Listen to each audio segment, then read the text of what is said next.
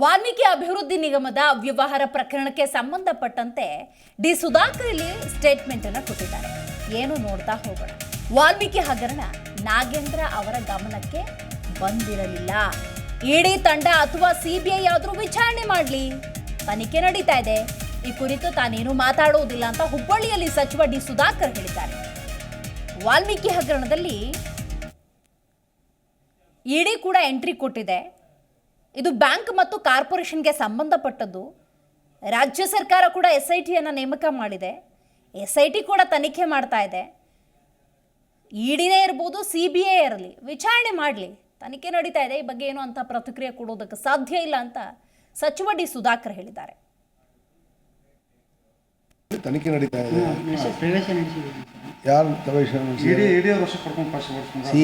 ಇದು ಬ್ಯಾಂಕಿಗೆ ಮತ್ತು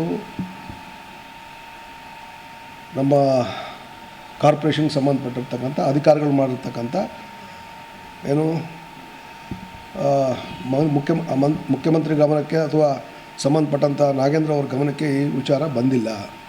ಸೊ ಇದಂದರೆ ಯಾರೇ ಇದ್ದರೂ ಕೂಡ ಅವರನ್ನು ಬಿಡ್ತಕ್ಕಂಥ ಪ್ರಶ್ನೆ ಇಲ್ಲ. CBIದವರಾದರೂ ವಿಚಾರ ಮಾಡಲಿ, EDರಾದರೂ ವಿಚಾರ ಮಾಡಲಿ, ಮತ್ತು SIT ಅವರು ಈಗಾಗಲೇ ರಾಜ್ಯ ಸರ್ಕಾರ ನೇಮಿಸಿದೆ. ಅವರು ಭಾಳ ಸ್ಪಷ್ಟವಾಗಿರ್ತಕ್ಕಂಥ ತನಿಖೆಗಳನ್ನು ಮಾಡಿದ್ದಾರೆ.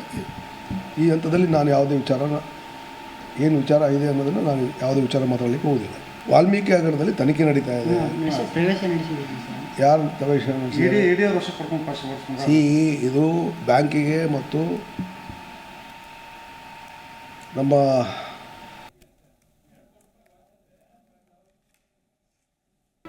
ಜಿ ಕನ್ನಡ ನ್ಯೂಸ್ ಈಗ ನಿಮ್ಮ ಮನೆಯಲ್ಲೇ ನೋಡಿ.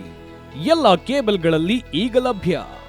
ಸನ್ Direct 292, Jio TV 1334, U digital 162, city cable 51, GTPL 17, Abhishek cables 821, rock line telecommunication 51, Shri Basaveshwara number 60, Vinayaka digital number 53, in digital number 896ರಲ್ಲಿ.